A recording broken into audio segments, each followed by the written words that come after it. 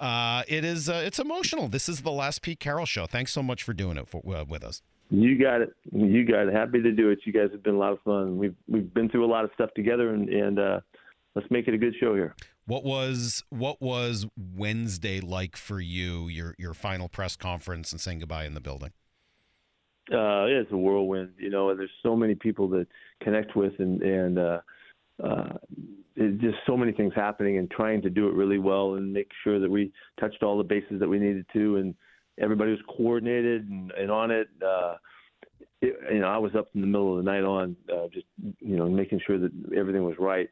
So it was very busy, and all the emotion was there, but it was a lot more just receiving people, and coaches and players coming by, guys calling, and all that kind of stuff. So I think pretty typically, got pretty much swamped, but and so that was good. It was good to be active and going, and press conference was important, and then everything that followed too was very active and very moving because of all of the coaches and people that we needed to see, so it is what it is. Was the music your touch? Of course. Gap band, man. Gotta get up early in the morning. What was? Were you sending a little message with the music? Just the Gap band was always with us, and then there was always a good feeling about if you want to do something good, you got to get up early in the morning. Early in the morning. So that's what that was about.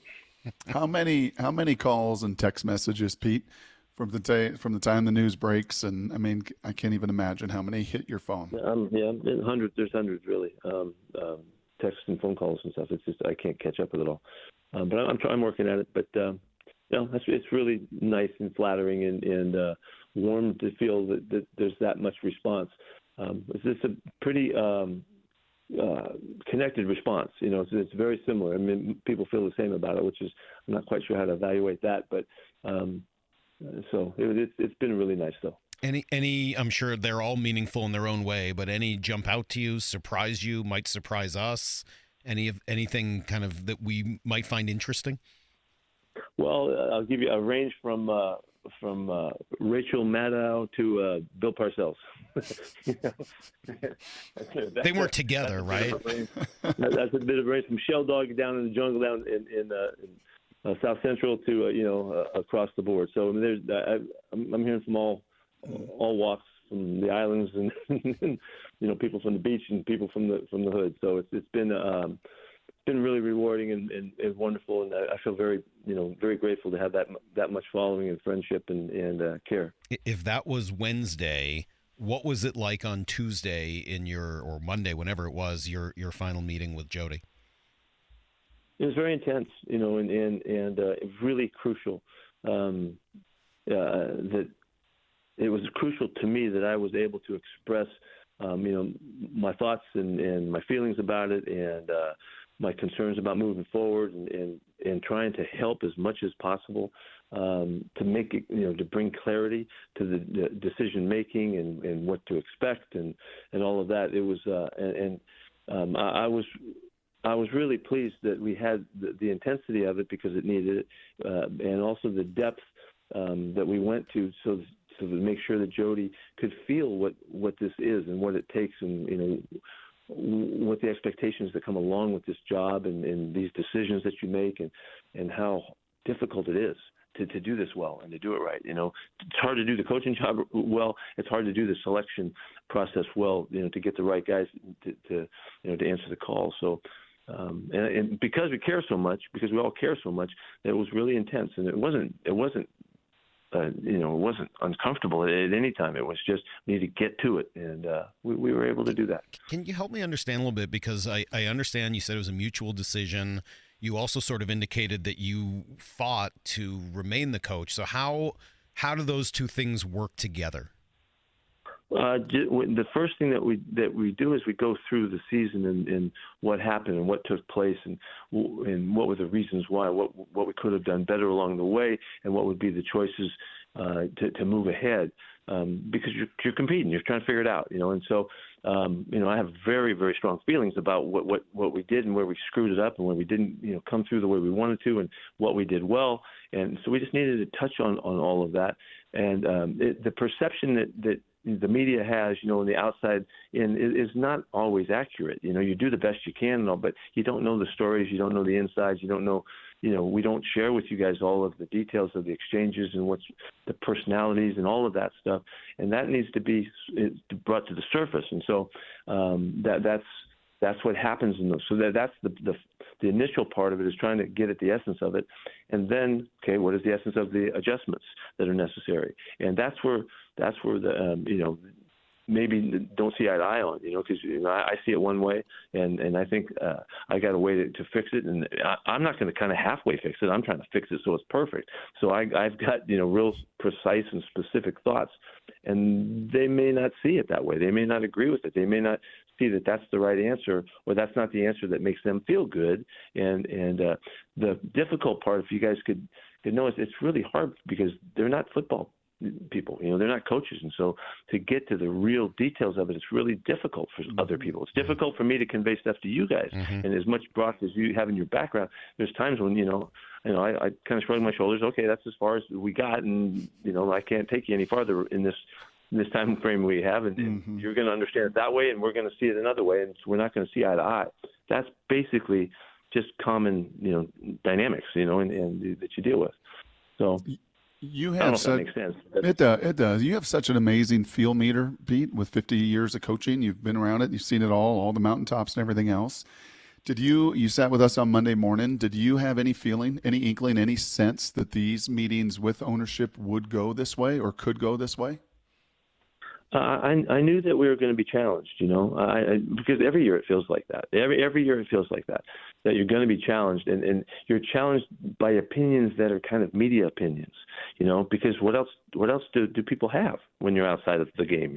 How could you know other than what you guys talk about on the radios and what the articles say and what the pundits are drawing conclusions on?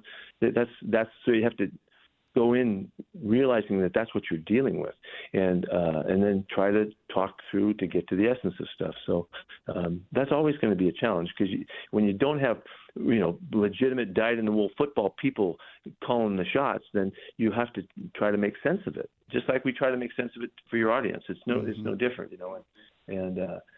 and these meetings, these are wide open now. There's always some strategy going on, with what we're revealing and what we're letting out, because we have to maintain our uniqueness and the qualities that keep us separate from other teams and people and stuff. So that's just a battle that you wage with the media some, and hopefully respectfully they understand. You guys try to understand that, and you do, and we do the best we can, because I want to be straight up with you guys, and try to help you as much as possible. But yet there's a lot of stuff that we can't get to. Mm-hmm. There's so much personal stuff, and so many inferences that have carryover and clout. The things we say something about a player did this or screwed this up, or who made that call. Talk about the call on the goal line at the Super Bowl. You still don't know what happened, and that stuff. It's stuff like that you're just never going to know, and that's how it goes, and because you're protecting the people that you care for, and you protect your everything, your integrity and everything, So was that your most challenging day? Yesterday? No, the day you just alluded to with the goal line Super Bowl end. Yeah, that's the bottom. That was the bottom moment, Yeah, I knew it the instant that it happened. It was you were never going to go lower than that, and disappointment and frustration and hurt to so many, and then the explanation of it and all that was going to be difficult and challenging as well, and so stuff you take with you. Salk and I, a little bit like you and John, have been linked together for like 15 years. And, unlike you and John, Salk left me and then I left him. And so, in totality, we've been divorced a couple times and back together through all of this journey with you guys. And I really appreciate it. And once you said it yesterday, it was his first note. It was my first note. And you said, we lost our edge to be great.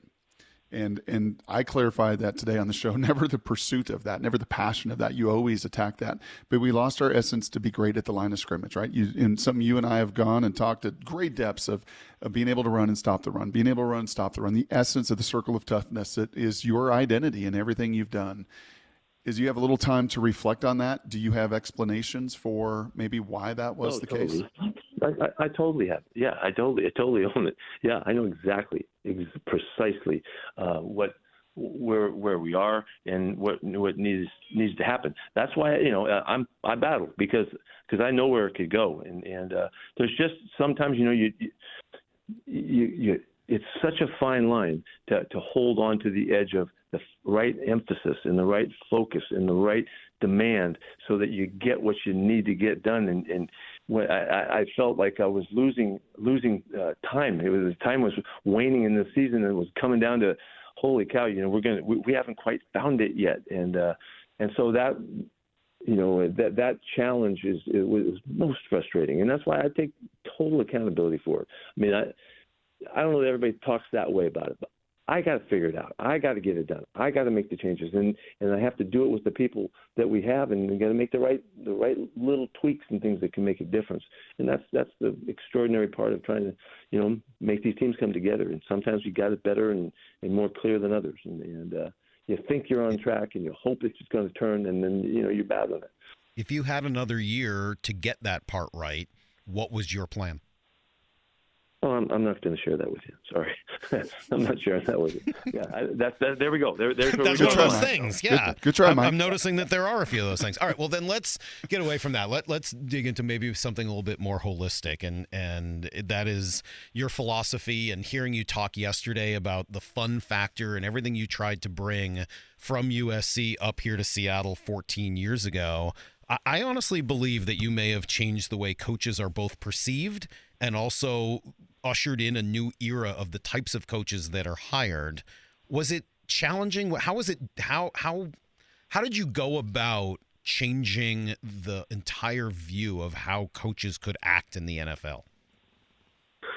Well, I don't know. I didn't go about doing that, and didn't go about trying to do that. I just tried to do it the best way I knew how to do it, and the best way I could, do this job of getting guys to come together and make a team and have rules and notebooks and get out on the practice field and then take it to the games and be able to execute and play a great level and brand of this game.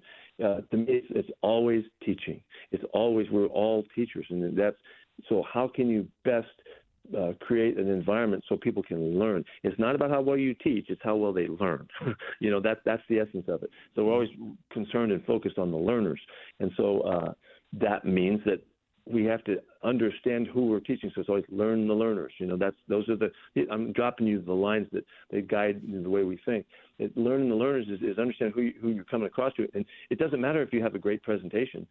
What matters is, do they walk out of there and they know what the heck you're talking about? And can they go out on the field, practice it, get it done, and then take it to the game and execute it when everything's on the line, So it's just this long process that drew me to the human side of this thing, that you've got people that you're dealing with, and they're individuals, and they've got ways of seeing things and communicating, and I've got to figure out a way to blend the process so that we can maximize the learning and then take it to the field and maximize the execution, and then have the mentality to take it to the game and perform under all of the conditions and the stresses and the pressures that exist in the game.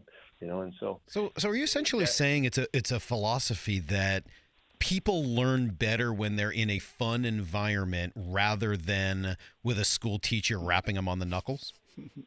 Sorry, not that simple. But yeah. Well, I was trying to simplify it. Yes. No, I hear you. No, I know. It's a good try. It's the best way I can do it. I'm the facilitator. I'm the one that has to make it happen. That's interesting. So what's the best way I can convey the message in a way that I can consistently stay with it? I'm not all over the lot. I'm not flying off the handle. I'm not screwed up for the learners, and present in a uniformed process manner so that they can come out the other end of it. And when it comes down and you're going down the field and it's 152 left and there's no timeouts and you got to get a touchdown to win a game, they can do stuff right. And that's so what the key component here is, you have to know who you are so that you can do your best job of presenting this whole process to a bunch of guys that come from all over the place, and the different backgrounds, different styles, different makeups, unique qualities, and then bring it all together. And so that's why it's how you can teach best so the learners can learn best. I mean, it's that fundamental. It really is. But yet there's so much that goes into that. Just opening a notebook and going to the chalkboard and starting to draw stuff up. That's not it. That's just one way. That's just part of the way. And I think that there's a tremendous amount to it. And it comes back to the essence of it. It comes back to the individual, and it comes back to understanding the people that you're dealing with and the teachers and also the learners, and so that they can do a great job.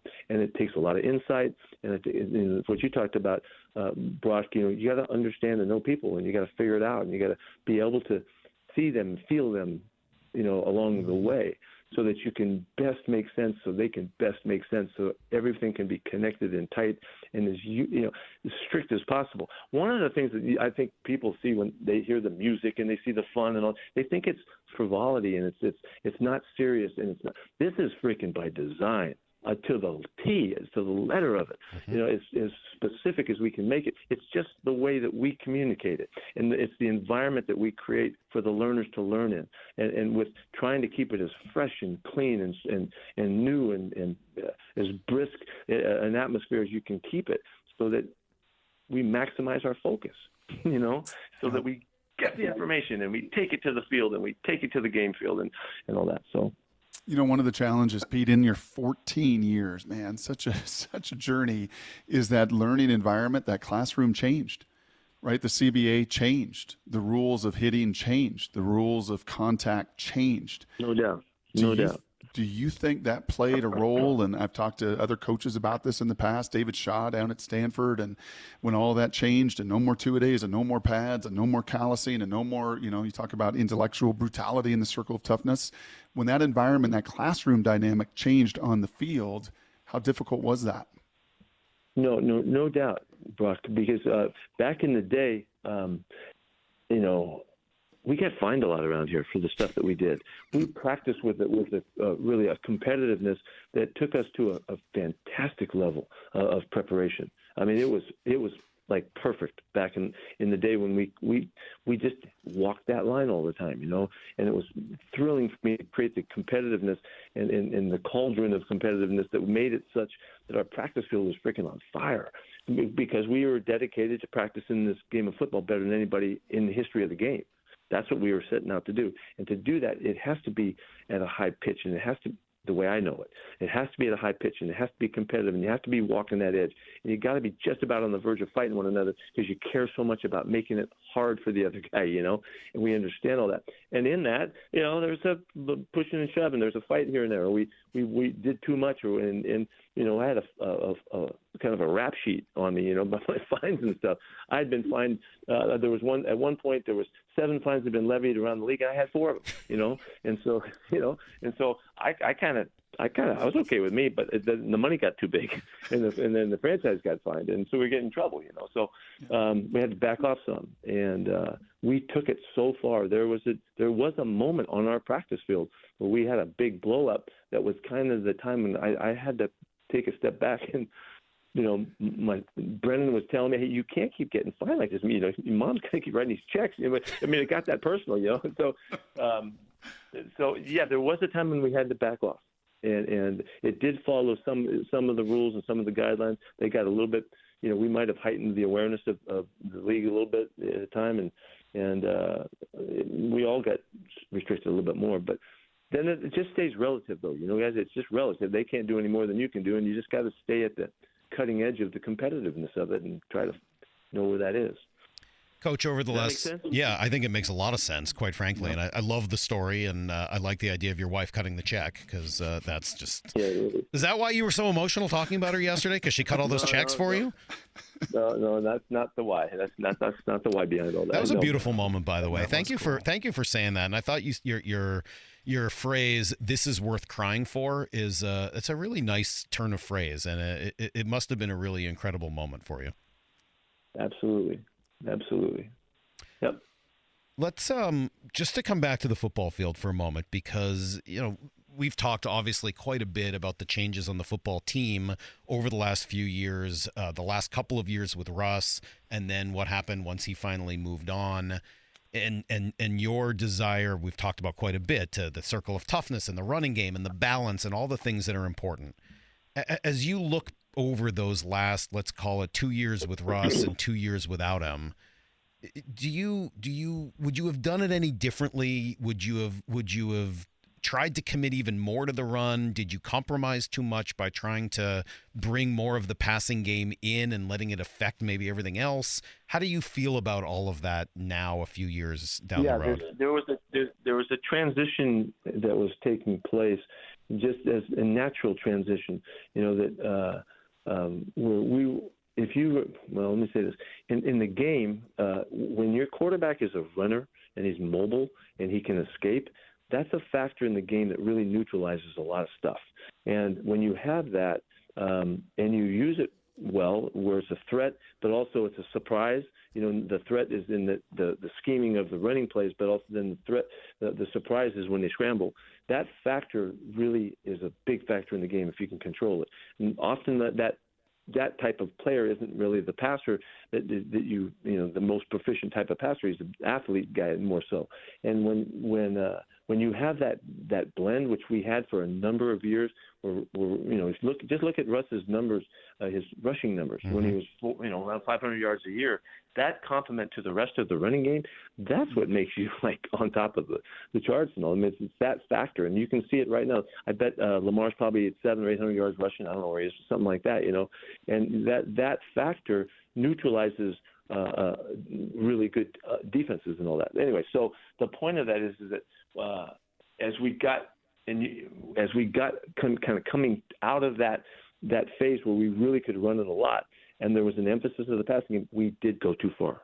We did go. I wish we would have kept the blend more in the mixture, because I think we were more difficult to deal with that way than trying to outthrow people and out yard them in the passing game. And we just kind of it's just part of the transition and the growth and the adaptation to the players and the people that you have and the times and all of that weighs in on that. But I did feel like I could tell we were getting away from that blend that we had that was really made us special, that complemented the defense as so much too. The great defense we played in the days wasn't all just about the defense.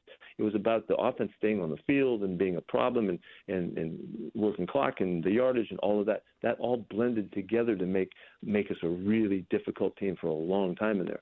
And as you lose any aspect of that, then your balance is starting to shift. And so about your 2 years here, 2 years there, I don't know about that so much, but I do know that I was watching that happen, and we were trying to stay abreast, of what our capabilities were. I mean, I'm talking deep. I don't know if you guys were getting all this stuff. I get it. I think I'm getting that quite a bit. Yeah, I think that makes sense. But said simply, it feels like maybe there's just a little too much compromise. No, I don't think. I know you think it that way because we compromise to somebody else's wishes and all that. Well, not just their wishes, but maybe their abilities. I mean, that's there you go. I don't just mean their wishes. I mean their abilities, and it took you maybe a little away from what makes Pete Carroll football. Well, things don't stay the same, and you have to transition, and you have to try to maintain, or you have to try to, reinvent sometimes, and that's part of this. When you're there long enough, this is 14 years of work. You go through phases, and we went through entire generations of players. We coached them all the way through till they were done playing, and so that's of all of the stuff that happened here in Seattle, that was the new experience that I had. I had never coached where I had coached through a lifetime of a whole flock of players, and you have to recreate what you're doing and who you are with other people. And that in college you had 5 years, but that's not enough time. But when it goes to 7, 8, 9 years, guys start to lose their chance to play the game, and so things shift, and you have to go with it and move with it as best you can. I'm going to imagine, Pete, those couple hundred to 1,000 text messages and calls over the last 24, 48 hours have been amazing and remarkable, and you let us into some of that. I'm going to guess in the days ahead, knowing the coaching fraternity, the way that it works, and the relationships that you guys all have with one another, I'm sure there's going to be a call or a text or two that says, hey, Pete, tell me about this organization now. Tell me about John. Tell me if I end up being the guy and the next guy to fill your amazing, huge shoes. Tell me what I'm walking into in the relationship with John. What would be your counsel or your wisdom along those lines? I honestly, I don't think there'll be that many calls. I don't think people will do that. But people that I know will do it. People that I don't know, I think I'd be surprised if they're going to, because I'm still, kind of still around, and so I don't know that they'll separate me. But people that I do know, or people that represent people that I know, maybe we'll get some of those calls. Mm-hmm. So what it'll be like, I'm just telling the truth. I'm like, what do you mean? I don't know what else I would do. Tell them the truth. But there'll be a competitiveness about all this too. There'll be a strategy to how we handle whatever the opportunities and options are to add people to the program. So, this is totally on John. I'm not in the centerpiece of that at all. This is totally on John to do that. I'm just here to support him as best I can because I love him. I want him to be successful. Whether I was part of the organization or not, I would be there for John, if he needed me. And so I don't think it's going to happen as much as you might assume. As people reach out to you, are you planning a little dinner with Belichick and Saban? Can we get the three of do you we guys have a little together? three-way text chain? I mean, I love all those other texts, but give me the three-way. Give me the three-way text. Pretty crazy 24 hours. It's pretty amazing, and I go back to I think all three of us are Croatian, and I can't even imagine how that ever happened. I gave those guys some trouble about that a while back, but within like 2 days, we all have that same kind of heritage in our background. I don't know how strong it is with those guys, but it was a pretty big deal for me. And isn't that odd? I mean, it's just odd. And the number of ways your careers are interconnected. I mean, certainly you and Bill and Bill and Nick, maybe a little less so with you and Nick, but it's amazing. These three just absolute giants in the coaching field, all, changing within the course of 24 hours. Yeah, I think it's really unique and surprising. I can't imagine how that happened. Well, I really can't. Well, I thought they were joking with me. They said Nick retired, on that day, and then I saw Bill was on with Robert Kraft today, talking. So they're doing it too. So pretty amazing. I don't know what you hope to do next, but I guess we'll ask. Do you see yourself coaching again? I don't know that. I've got plenty of energy for it and thought and willingness, but I can't imagine that I could. There's a place, it's the right one. I don't know. So I'm open to everything, but I'm not holding my breath on that. There's a lot of world out here that I'm excited about challenging and going after, and so if that happens, that happens, and we'll see. I really don't know what to tell you about that yet. It's just yesterday. Brock's got an idea for you. Brock's got a job for you. Yeah. What do you got? College football commissioner. Commissioner? You got to be kidding. You got to create the job. Yeah. Yeah, I'm a ball guy. I'd be more likely to coach in a girls' flag football. Awesome. More possible I'd be there. If you're coaching girls' flag football, then I hope Belichick goes back to Navy and coaches there. Hey, before we let you go, I have like 100 more things I want to ask you about, but we always like to play a little Rabel. So let me play you one of my favorite Rabes moments from the NFC Championship game. Shotgun for Kaepernick, takes the snap, looks, fires near side, going for the end zone. Ball is tipped up and after it. Is it picked off? Is it picked off? It is! It's picked off in the end zone! The Seahawks intercept in the end zone! Richard Sherman tips it! Malcolm Smith picks it off in the end zone! The Seahawks are going to run this baby down! We are going to New Jersey! How'd Rabes do on that one? No, that was awesome. That's so good.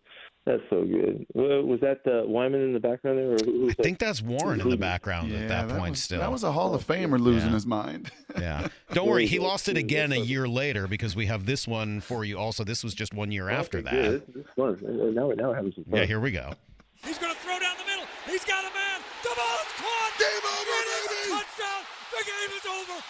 The Seahawks are going back to the Super Bowl in Glendale. What a catch. In the end zone. It is curse. Better way to go to a Super Bowl. Tip pick for an interception or overtime comeback, throw it down the middle for the walk-off winner? I think I'll take Curse's catch, but I love Richard's play and all that and Malcolm, but just the finality. I think we still had to kill the clock or something there because it's the last play, no time left. That's as dramatic as you can get. That it is really something that I know our followers in the 12s and got a chance to be part of. We've had so many exciting, extraordinary games like that, which I would like to kind of think that it's kind of us, and we featured those, and those are my favorite parts of the game. It's not even close, and to have a chance to finish in those moments and then to get the walk off, and to get Golden's catch, and against the Packers. And I mean, those kinds of things are just so heightened and so much alive, and those are great moments. So I know it's hard on them, but I'm glad they have it in their background. I'm glad they got it in their history. The guy who threw that pass, Russell Wilson, we saw the pictures of him out with you the other night. What was that like? You hadn't seen Russ, I'm assuming, since the game last year when you guys beat him on Monday night. What was it like seeing Russ for the first time? Well, first, we went to Legion's, the restaurant that Cam and Richard have downtown in Bellevue. Give them a little shot. Beautiful place and really fun place to be. Yesterday, I said Mo Kelly, "Hey Mo, why don't we see if we get the band together?" And so we just put the word out, and guys just started showing up out of nowhere, and we had a great evening, and we're having a blast. I'm in heaven, just in the middle of all the guys, and just having fun, hugging it up, and out of nowhere, the door opens up, and Mo knew what was going on. He knew something was up, and in walks Russell and Charlie, and out of nowhere, Russell just hits the scene. They flew up from San Diego or something like that, and surprised us, which just made it really fun. It was great to see all those guys. Great to see Russ. Just he had a blast with it, and he knew he was surprising us. So he was top of the walk and the whole thing, which was great. But one of the and it was a great night hanging out. What was it? It was just back to the old days is really what it was. A bunch of guys and Glenna and a couple of girls that were there, just getting back to the old days. But I'm walking out the door at the end of it, and we're getting ready to go. And Richard and Russell are standing in the doorway, and they both looked at me and said, "Look what had to happen for you to get us two talking to one another and having fun."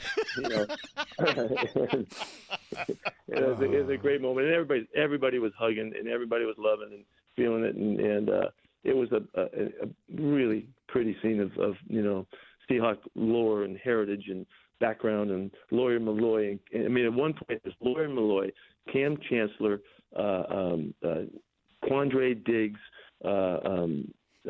Jamal, the whole, all of the safeties and the DBs were all just in one big circle. It was just, I don't know, just tied things together in a really gorgeous way. And it was really, really fun. I felt like I was in heaven. That's some alphas, by the way. That's pretty awesome. No kidding. That's some guys who could really hit. Oh, wait. And Doug's standing there saying, "Not one of you guys could cover me." He said, "I'm open, standing right here, right now." It was priceless, just priceless. Pete, I think I told you the story off the air this year. I so appreciated my last thought for you. These 14 years together, and I was on a field this season, and one of the defensive coordinators at a Power 5 school pulled me aside and said, "Hey, man, he was in the market for a little bit. Now he's not. He's like, I still every Monday listen to Pete. I listen to you and Salk talking to Pete every single Monday. I still learn because every one of those interviews, I still learn something. And I've sat with hundreds of coaches over 17 years. We've done this a lot, Pete. I got to, I'm not going to say this is worth crying for, but I got to just thank you for all of the wisdom, all the patience, all the time, all the transparency. We'll likely sit with another head coach next season, but man, you were really, really good to Mike and I. So really sincerely appreciate it. I respect the heck out of what you guys do. I know it's hard and all that, and I try to help. I'm sorry I'm such a pain in the butt, though, over all this time, but it was really, really rich and good, and I appreciate every minute of it. And there ain't nothing better than hearing Rabes kind of walk us off.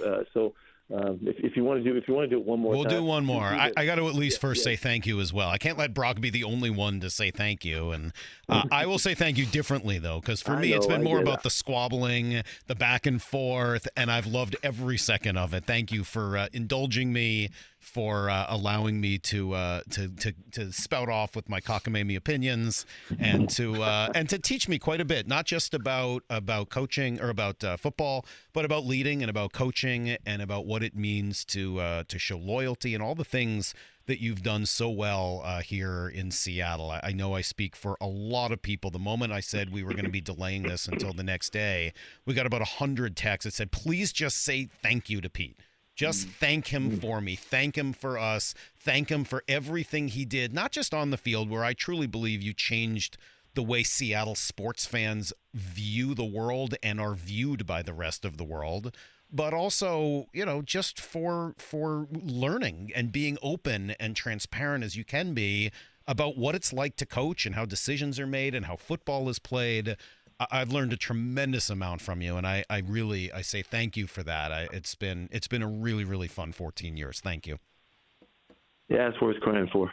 Appreciate it. It's worth crying for. All right, Mora, give him some more raves. We got to finish this the right way. Do we have one of the Beastquakes? I don't think we have the first. I think we have the second of two Beastquakes in why wouldn't it take place in Arizona, where every other major Seattle event seemed to take place? Here is one of Marshawn's great runs for you, Pete. 1st and 15 now at the 21. Turn and hand to Lynch. He stutter steps. Breaks through the line. Makes a man miss. Cuts back outside right 30. 35-40. Down the far sidelines. Pushes a defender. Keeps fighting. He's still moving. He's going to go. Down to the 20. The 15. They're chasing him 10. He dives in. Are you kidding me? What Touchdown, a run. Oh, my Seahawks. Holy catfish. 79 yards, and that made Beastquake look like a walk in the park. Awesome. Priceless walk-off right there. All right, Thanks, Coach. fellas. Wait, Really last appreciate it. question. Last question. Who was the number 32? You told us that number 32 looking so good reminded you of somebody. Who's the number 32? Jim Brown. Thank Not you, a goodbye. Coach. Not a We goodbye. appreciate I'll it. see you around, Pete. Thank you, man. Absolutely. Thank Appreciate you. All right, guys. Take care.